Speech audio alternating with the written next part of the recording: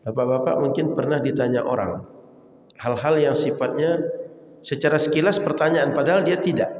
Contoh, bisa tidak Allah menciptakan Tuhan Allah yang lain? Dengan sifat kudrah dan sifat iradah, apa yang bisa terjadi? Dengan sifat sama, dengan sifat basar, apa yang bisa terjadi? Itu beda-beda objeknya. Sifat ilmu bagi kita itu adalah sifat yang munculnya tidak bersamaan dengan wujud kita. Tapi wujudnya kapan? Setelah berproses. Kemudian kalau Allah Subhanahu wa taala segala sifatnya bersifat qadim. Apa makna qadim? Dia wujud tanpa ada dulu permulaan. Tadinya saya haus, minum. Begitu minum, hilang dahaga. Munculnya rasa puas ketika saya minum. Ia menciptakan rasa puas Allah Subhanahu wa taala dengan sifat kudrahnya. Hari ini ada anak bujang dapat jodoh. Dikhususkan dia dapat jodoh dengan orang yang berjodoh dengan dia, itu dengan iradah, sifat kudrah. Dengan diberikan sifat sebagian sifat kudrah kepada kita, mampu kita melakukan apa saja. Apakah kita bertani, apakah kita berladang, sehingga kita mampu menggerakkan badan kita untuk aktivitas. Sifat iradah dikasih sebagian pada kita. Sehingga dengan sifat iradah kita bisa memilih. Saat azan berkumandang, kita penuhi azan untuk solat subuh berjamaah di masjid atau tidak.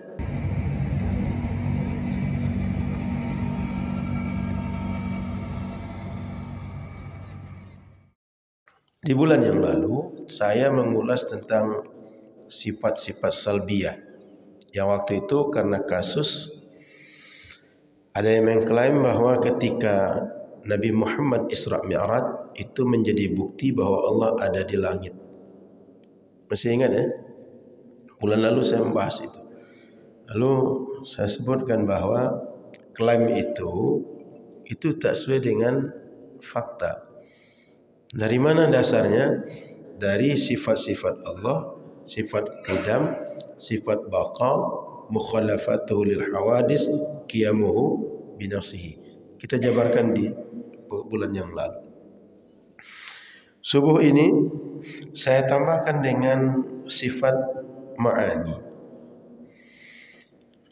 Sifat ma'ani ini kalau kita melihat dalam sifat 20 adalah sifat kudrah, iradah, ilmu, hayat, sama', basar, kalam. 7 sifat ma'ani. Sebelum saya ulas sifat ma'ani ini, saya balik ke pangkal sekali. Ketika disebut sifat wajib bagi Allah, itu maknanya sifat yang pasti ada. Yang tidak mungkin tidak Allah bersifat dengan itu. Artinya Allah pasti bersifat dengan sifat-sifat yang 20. Lalu kenapa 20? Karena hanya 20 ini sifat-sifat Allah yang dijelaskan dengan lengkap dalil nakli, dalil akli. Selain itu, sifat Allah yang banyak yang lainnya itu tidak ada dalil nakli dan akli sekaligus. Dalilnya paling nakli saja, akli tidak. Ada yang akli saja, nakli tidak. Tapi 20 ini akli ada, nakli ada. Dan kedua dalilnya qat'i.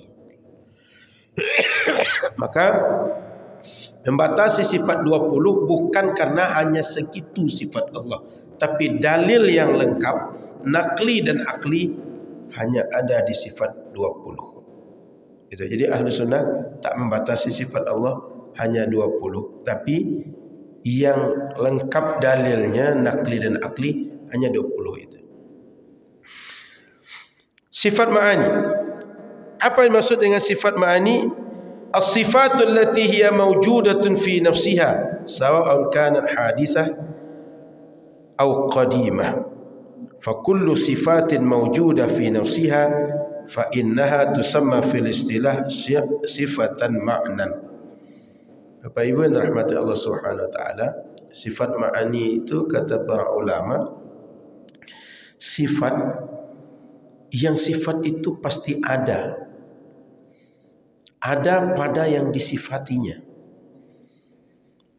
Baik sifat itu munculnya belakangan atau ada sejak yang disifati ada. Contoh, sifat muncul belakangan kayak kita. Dulu begitu lahir enggak ada ilmu, Pak. Bahkan Quran menafikan adanya ilmu kita. Ketika kita lahir dari rahim orang tua, walladzi akhrajakum min butuni ummahatikum la ta'lamuna syai'a. Kalian dilahirkan dari rahim orang tua kalian tak tahu apa-apa.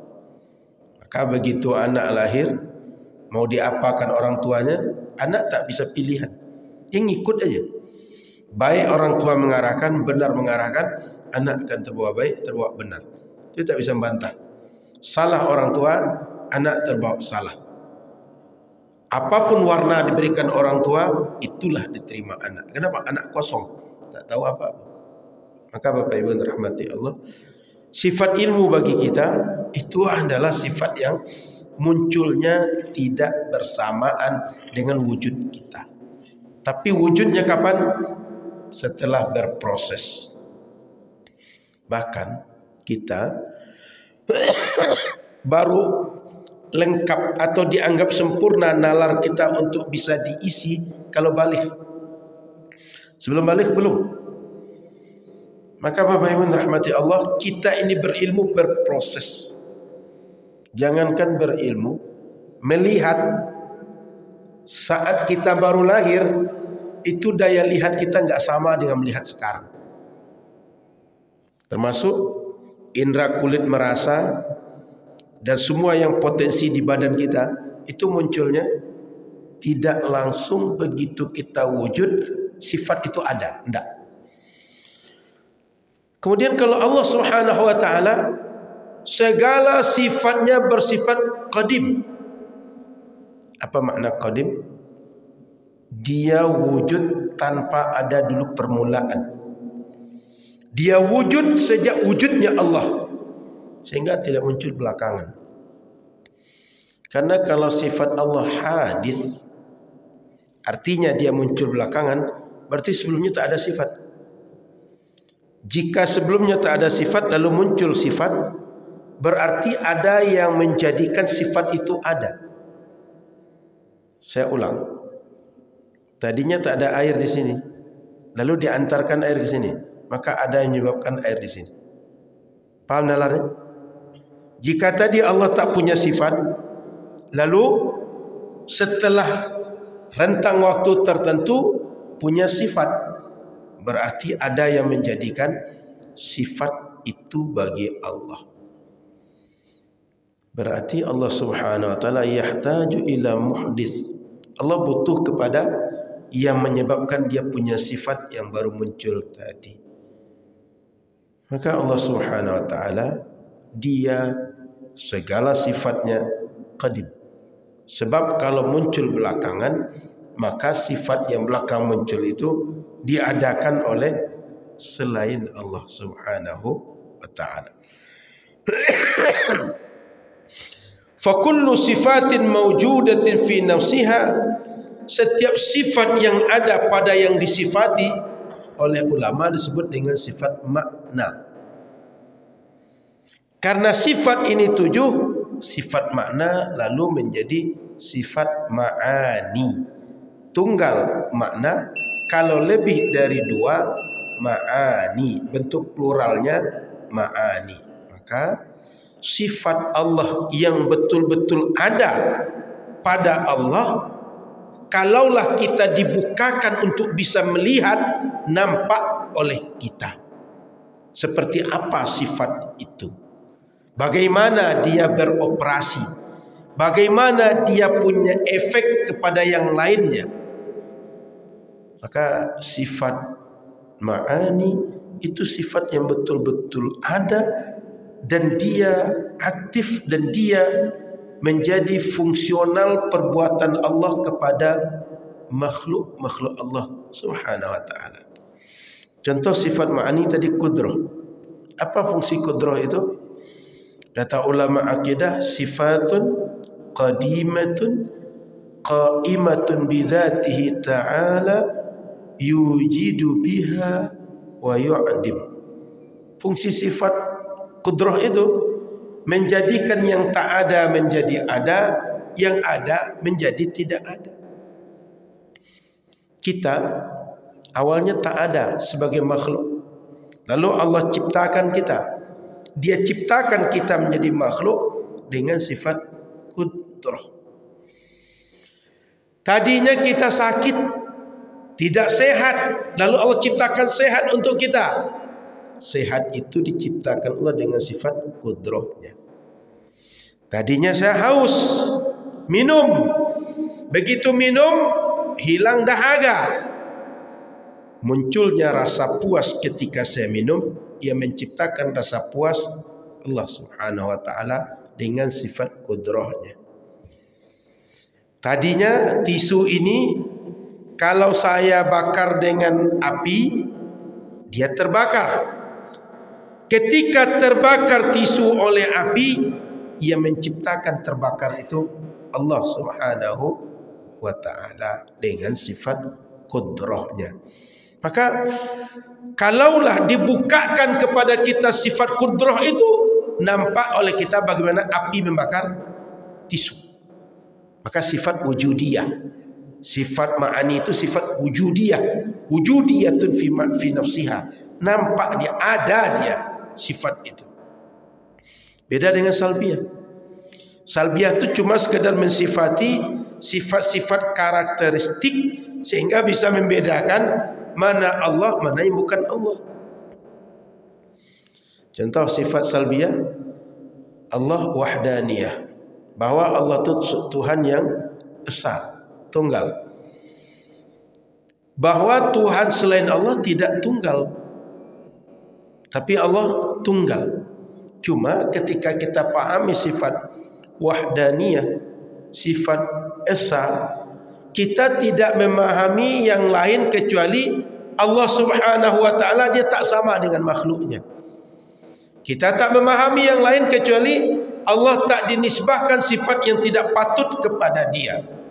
Tapi ketika sifat ma'ani itu nampak bahwa yang tidak ada menjadi ada. Karena apa? Sifat kudrah.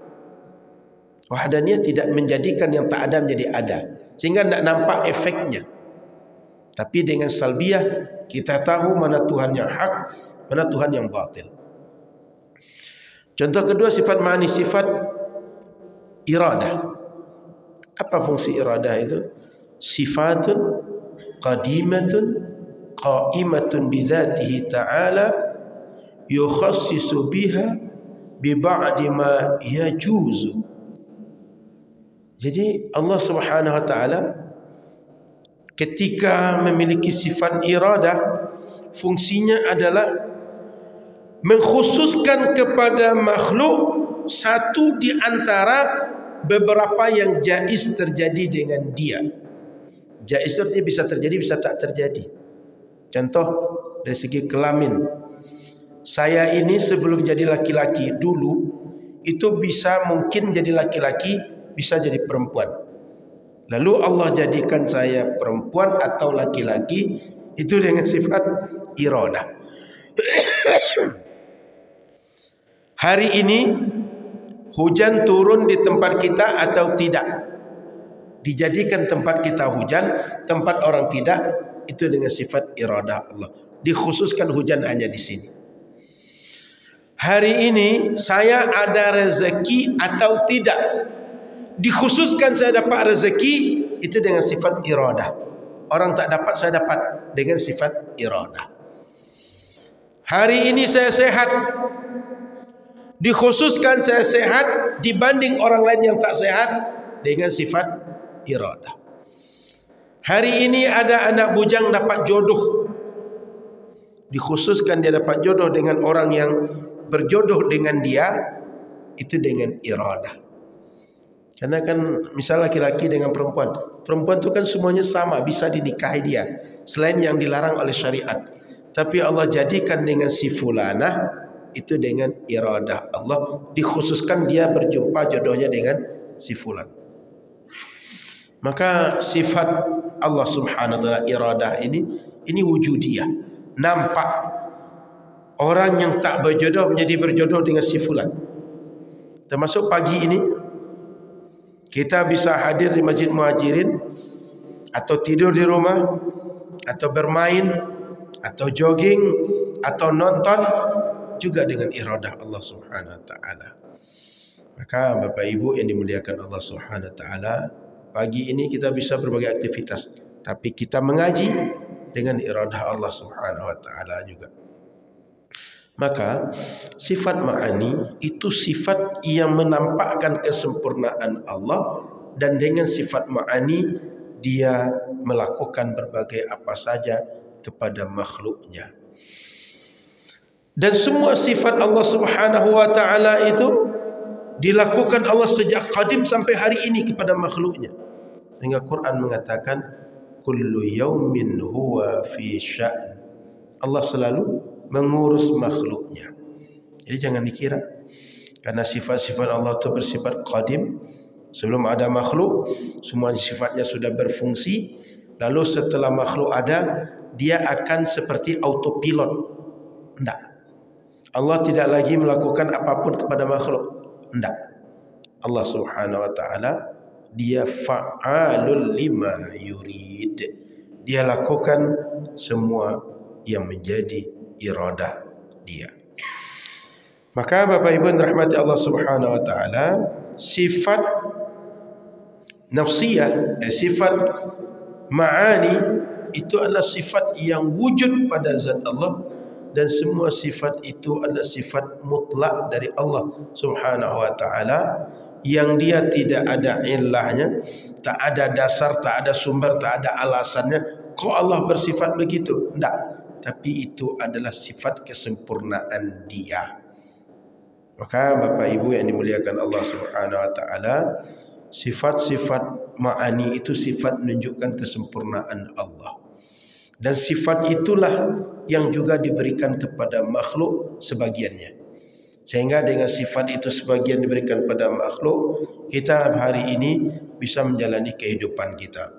Contoh, sifat kudrah. Dengan diberikan sifat sebagian sifat kudrah kepada kita, mampu kita melakukan apa saja. Apakah kita bertani, apakah kita berladang, sehingga kita mampu menggerakkan badan kita untuk aktivitas.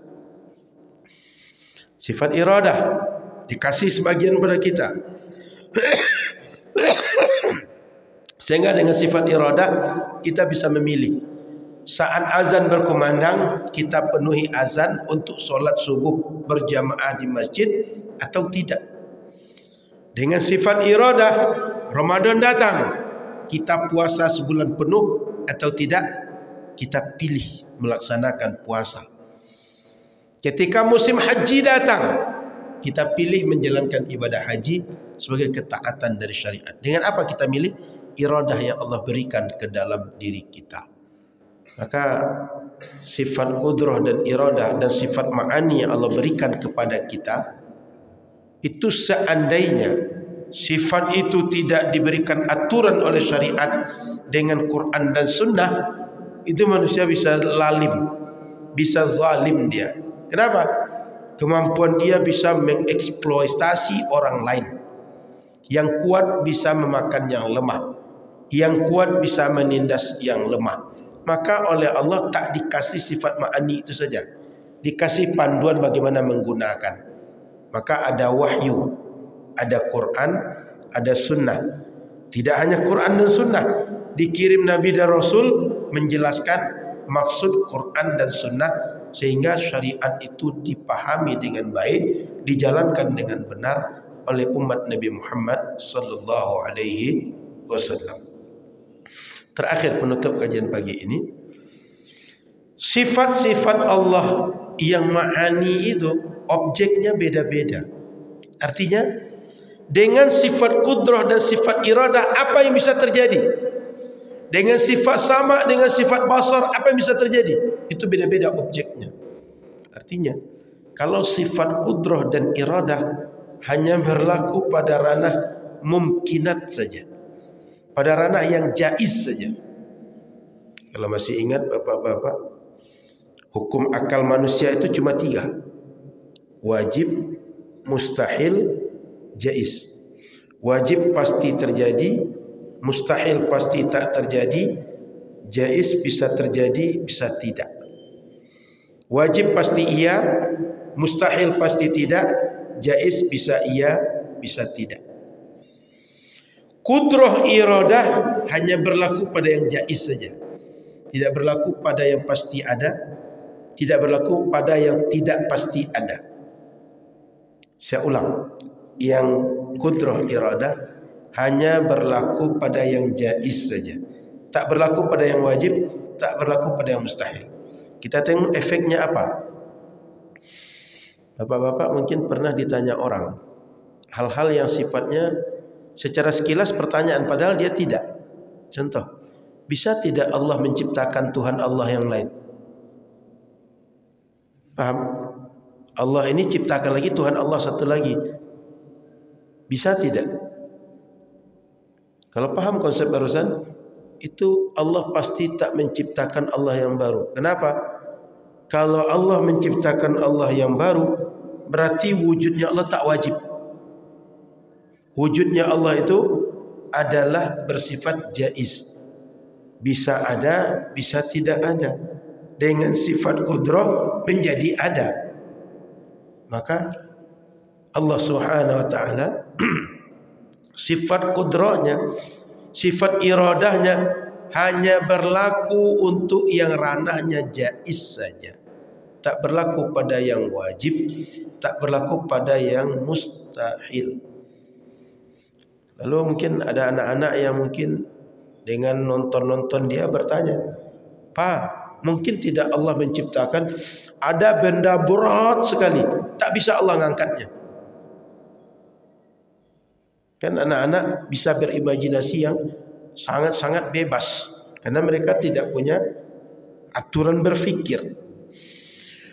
Dibuatnya misalnya bumi ini berat betul sehingga dia tak bisa ngangkat. Paham nalarnya? Maka Bapak Ibu yang dirahmati Allah Subhanahu wa taala, Allah ketika memiliki sifat kudrah dan iradah ini hanya berlaku pada yang bersifat jaiz saja. Yang wajib, yang mustahil itu tak berlaku. Karena kalau kita sebutkan bahwa Allah bisa menciptakan Allah yang baru, konsekuensinya Pak, berarti Tuhan bisa lebih dari satu. Kalau Tuhan lebih dari satu, berarti boleh kita berkeyakinan Tuhan itu tidak wahdaniyah. Kalau boleh berkeyakinan tidak wahdaniyah, berarti musyrik. Musyrik tercela dalam agama. Berarti masalah. Kalau kita sebut Allah tak mampu, kan katanya Allah Maha Kuasa atas segala sesuatu. Kan nanti dijerat dengan itu. Dibilang mampu, Tuhan lebih dari satu. Dibilang tak mampu, katanya Allah mampu atas segala sesuatu. Jadi yang benar mana? Pertanyaannya perlu dikoreksi. Kenapa? Mempertanyakan sesuatu tidak sesuai dengan konteks pertanyaan yang benar. Maka perlu kita paham kudrah dan iradah Allah itu berlakunya pada apa saja. Beda nanti dengan sama dan basar.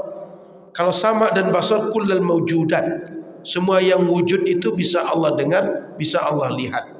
Tapi kalau kudrah dan iradah hanya terbatas kepada yang jaiz saja. Tak berlaku pada yang wajib, tak berlaku pada yang mustahil. Wallahu